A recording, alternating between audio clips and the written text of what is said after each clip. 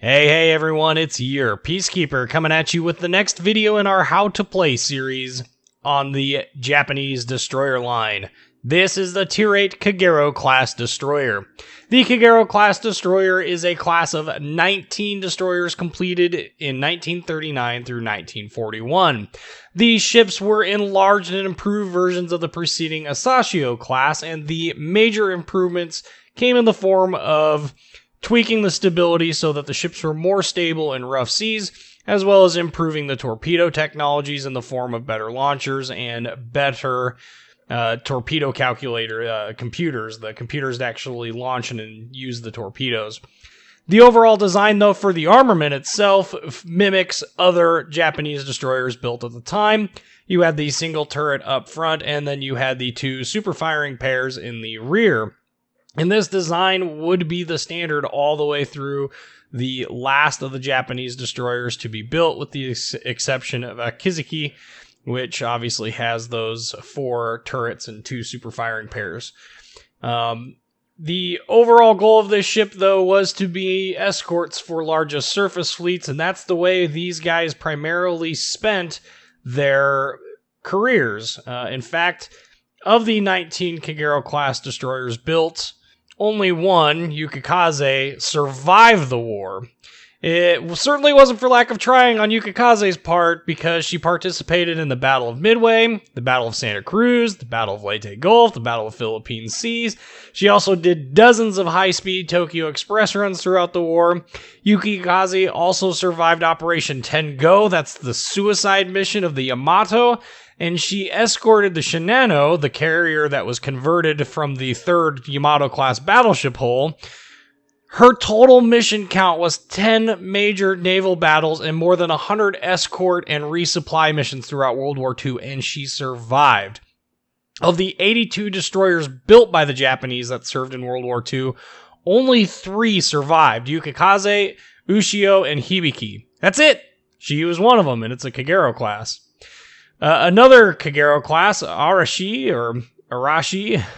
it's Arashi, I'm pretty sure of that, participated in the Battle of Midway, in which she attempted to sink the submarine USS Nautilus, where she became separated from the main fleet. After completing her attack run on the submarine and failing to sink it, she steamed back to the Japanese carrier task force, and in doing so drew the attention of the USS Enterprise's SBD Dauntless dive bombers that were on an attack wave trying to find the Japanese carrier fleet. She led them right to the Japanese carriers, and of course, during the Battle of Midway, Japan lost 4 fleet carriers in that engagement. Arashi also was in the destroyer fleet that, while en route to the Solomon Islands, with Amagiri, the lead ship, a Fubuki, which famously ran into PT-109, which was captained by then Lieutenant and eventually President John F. Kennedy. So Arashi kind of has an unlucky history, while Yukikaze has the exact opposite. In terms of their in-game gameplay performance, though, Kagero represents kind of an awkward step back or to the side of Akatsuki at Tier 7 in a few distinct ways. First, you lose 1.1 kilometers of gun range for what can only be assumed as no reason whatsoever. And second, you go from 3 triple torpedo launchers to 2 quad launchers. And third, you lose 3 knots of speed, which doesn't sound like a whole lot, but we're talking about basically 40 knots versus 37 knots. And you'd be surprised at how big of a difference those 3 knots make when you're being chased down by cruisers. What Kagero gains, though, is a fairly decent improvement in health. You go from 13,100 to 15,100, a gain of 2,000 hit points. She gets a half a second faster reload speed on the main guns, and a full kilometer shorter detection range. And that actually changes her playstyle quite a lot, because you can get really aggressive with the torpedoes. Now, at Tier 8, radar becomes prolific. In fact, this is the first tier in which basically your tech tree ships are actually getting it. Of course, Tier 7 has some radar ships, but it's not nearly as common as it is at Tier 8 and above. And so sometimes using that stealth doesn't really help you. I've personally not found radar to be that big of a deal, but having 5.4 kilometers for your detection range by sea is definitely a big deal. And not that she needs to get that close. I mean, her torpedoes are 10K, but ultimately that 5.4 kilometer and being able to get 1 kilometer closer and having that little extra buffer zone to turn around if you needed to turn around and get out of there, it helps a lot. Kagero is very maneuverable as well, although, her overall turning radius is basically the same. She's slower, but her rudder shift time is about a half a second quicker without any rudder shift modules, which is nice. Kagero also gains the torpedo reload booster, but it's not the same one that's on Shiratsuyu and Akatsuki. This one reloads in 30 seconds instead of 5 seconds, and unlike getting it by default, she has to give up smoke to get it. And that is a trade-off that I don't find all that useful, but if you're one of those people who likes living on the edge, or you're playing with a teammate who's running smoke, you could definitely pull it off then, but quite honestly, I don't really care for the torpedo reload booster when I'm forced to give up my primary form of concealment when I get detected, which is smoke. So, interesting that Wargaming didn't make that a separate option like they did on Shiratsuyu and Akatsuki, but I guess Wargaming will have to explain that to us. Overall, though, like I said, the ship feels kind of like a downgrade or a side grade from Akatsuki. She's a lot less flexible in her overall gameplay style, but that excellent concealment does have its advantages, and then the gunnery, half second on the reload, it does help a little bit in starting fires to bait out the damage control party. But rather than me continue to talk about it, we're going to dive into that battle video. Alright, so this battle is going to be a Tier 8 fight. There are carriers involved. They are Tier 6 carriers. And one of the things I kind of want to point out is the lack of flexibility in the torpedo launching. So if you remember, Akatsuki and Fubuki, they have the 3 triple torpedo tubes, whereas Kagero only has 2 quad torpedo tubes. Kind of like Shiratsuyu, but without the torpedo reload booster to give you 16 torpedoes in the water. And that kind of comes at a significant disadvantage to, Kagero when it comes to being able to launch these unavoidable torpedo walls. That said, good instinct, good planning on your part can indeed yield pretty awesome results. Now, this battle actually shows a very good reason why we don't camp and smoke when there's destroyers around, but there's a lot of good torpedoing going on, and so we'll talk a little bit more about that. Also, this captain... No, never mind. Disregard what I was about to say there. This is Epicenter. It is on Trident. Not really a whole lot of fantastic options here for what to do. Being a destroyer, obviously the expectation is to go and contest the cap in the middle. Japanese destroyers, so not exactly the world's greatest idea, but, hey, we've got stealth on our side, and for a Tier 8 destroyer, there's really not much else that comes close. Benson definitely comes close, but at the end of the day, Kagero still has very good and solid concealment. And as you can see, we have managed to get going fast enough here with our speed boost to get all 3 caps at least started in our direction, which doesn't really help us any. But if we ever push them out of the cap, at least we have the option then of, having more of the cap capped, I guess. It doesn't take us nearly as long to cap. Epicenter is an interesting game mode. It's difficult as a destroyer, especially when there's carriers involved, because, surprise, I'm spotted. Jerks. So you do your best that you can to avoid getting shot at. You change your speed. In this case, I popped my smoke. There's a hipper here that was shooting at me, but he's gonna miss because I'm good like that. We got a friendly Benson here that decides he wants to join the fight, and right away we're just going to go ahead and take up the usual of sitting in smoke and plinking. And we've captured the middle. Woo! And we get all the capture points for it because we're good like that. In this battle, there's not really any radar that's of any real threat. I think a Chapayev is on their team. You know, it is what it is. Radar, you just take it one step at a time. But we're going to engage this Cleveland. You can see we just lopped off 3K off of that poor Cleveland's hit point pool. We got all this smoke down there. Unfortunately, that guy is getting in our way, so I don't want to launch torpedoes yet at him, simply because I don't want to hit him with torpedoes. We've got a little bit of breathing room here. We've been sitting in there. We can really bail out of this at any point. It's not a huge reason to stay in that middle one at this point. That they're not even really contesting it because we're getting points for it. So we're going to go ahead and launch our torpedoes off that way, and then we are going to go ahead and kind of loop back here and see if we can't do some scouting for our ships that are over to the north of us. And we are going to engage in this Kutuzov. Any damage that you can add to your fleet's damage is only going to help the case in the long run. And again, as I've said before in other videos, when it comes down to firing your guns, you know, there are times and places when you can do it. There's only one cruiser there, and there's a whole bunch of people that are... Oh, Cleveland? We got the Cleveland in the stern, 12,000 damage. But you can really use those guns when they're, you know, there's only one cruiser and he's preoccupied because he's being shot at by 4 other ships. You can add to those engagements, and sometimes you'll get lucky and start a fire and either bait out a damage control party before the torpedoes hit, or sometimes you'll get them after the torpedoes are hit, or sometimes they'll repair it right away and you'll catch them with another fire and they'll burn to death. Like this Kutuzov, for instance. Like, he needs to die. He just needs to go away. Unfortunately, we're not going to get that kill. Our Nagato is. And we are detected. There is this Hipper, there is this Cleveland, but again, they are far enough away that any shots that are going to come at me, it's going to be very difficult for them to hit me like that.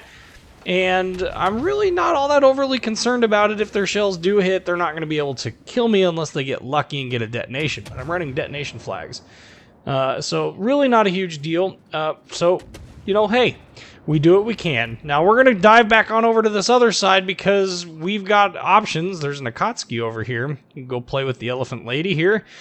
And see if we can't, you know, put an end to her tirade over here. And we do have some torpedoes coming in from who knows what. But we can put some rounds down range. There's an Ognivoy over there as well. And that's alright. Again, you just keep adjusting your fire. At these long distances, shooting at fast ships like destroyers, you're going to be all the way over on the static display.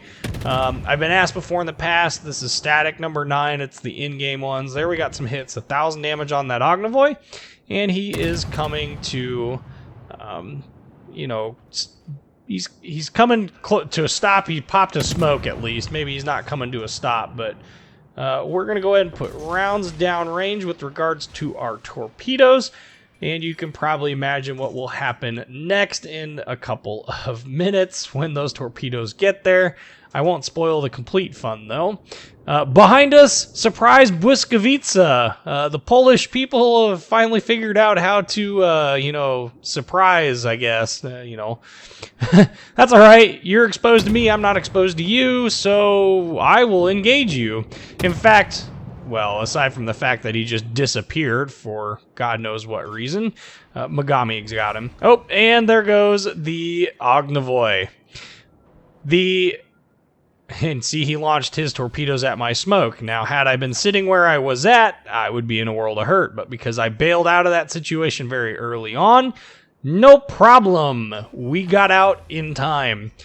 The gunnery, if you're going to select, for instance, this Akatsuki that's come up, you've got guns on these ships, guys. I mean, use them. You're going to improve your XP in a game by engaging destroyers. One, because you're going to take off a fairly significant amount of their hit point pool, and there I ducked into my own smoke. You're going to take off a pretty decent amount of their hit point pool, and that's going to help your XP. Plus, in a destroyer, if you hunt other destroyers, that helps your destroyer score. And the Akatsuki launches torpedoes, and I'm sitting here thinking, oh, well, we'll turn and we'll avoid them, because I think he launched them behind. But thankfully, with that engine upgrade, you slow down pretty dang quick once you hit about 6 knots, and it doesn't take long to bleed off that much speed. So avoided the torpedoes there, some pretty epic torpedo beats that I think even Euro would be proud of. And we go on then to explore the southern part of this. What's this? Somebody is shooting in the smoke? So the Akatsuki did not bail from his smoke. Well, I have torpedoes up.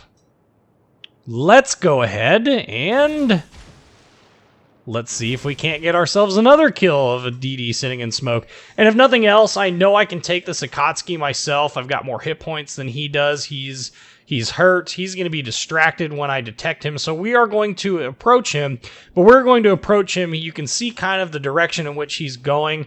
His guns, we're coming up on his stern or maybe his bow, but either way you look at it, if we do end up detecting him, okay, he died. If we did end up detecting him, he would be at a disadvantage because the torpedoes themselves would be aimed at the wrong place for him to get us with torpedoes. So down goes the Akatsuki to none other than torpedoing smoke. Edinburgh here, Cleveland, North Carolina. Oh my, we've got lots of juicy targets here, and 5.4 kilometers, there it is. So you can see how that extra kilometer, if I was in Akatsuki, I would have been detected there. But because I wasn't detected. I didn't have to pop my smoke. And the best part about this is in 40 seconds, there's going to be a world of hurt on that freaking Edinburgh parked in his smoke. We also have an unsuspecting North Carolina here who has no idea that I am still here. And we are also capping another ring. Now, granted, 20 seconds to go. Where do I want to put my torpedoes? Maybe we can get some on the Scharnhorst and this Edinburgh together. Man, wouldn't that be cool? I definitely think so. We're backing up as much as we can so that that Edinburgh can't dive out of his smoke. You also see the spotting plane there. A little bit of a pro tip. If you see the spotting plane, you want to launch the torpedoes so that they are, not going to be detected by him. And that's part of the reason why... That's part of the reason of why some players do better at launching torpedoes into smoke than others. You're paying attention for the little details like aircraft around you, and so you can get away with a lot more stuff if you are being patient and waiting for those spotting planes to go away rather than just blowing the load right away. So we pop our smoke, and we are going to go ahead and start smoking Plink, and 2 torpedo hits on the Edinburgh, and down he goes. And once again, yet another ship killed in smoke. That's 3 this match, up to 80,000 damage. We got a Hipper here that is barely alive. We're going to go ahead and kill secure him for the points and to get his guns out of this fight. And... oh, come on. These guns. I swear some days these guns are just ridiculous. And down he goes. Okay, so we got 4 kills now, 6 torpedo hits, a cap, an assist in the cap, 6 floods. We'll just go ahead and engage the Scharnhorst here. He's kind of coming in hot and heavy. Now, if you really want to be, cheeky about this, I got 40 seconds left of my smoke. I can wait until he gets so close that there's no way he's going to avoid these torpedoes if I launch them. The other option is I can poke out the side here because he is getting a little close.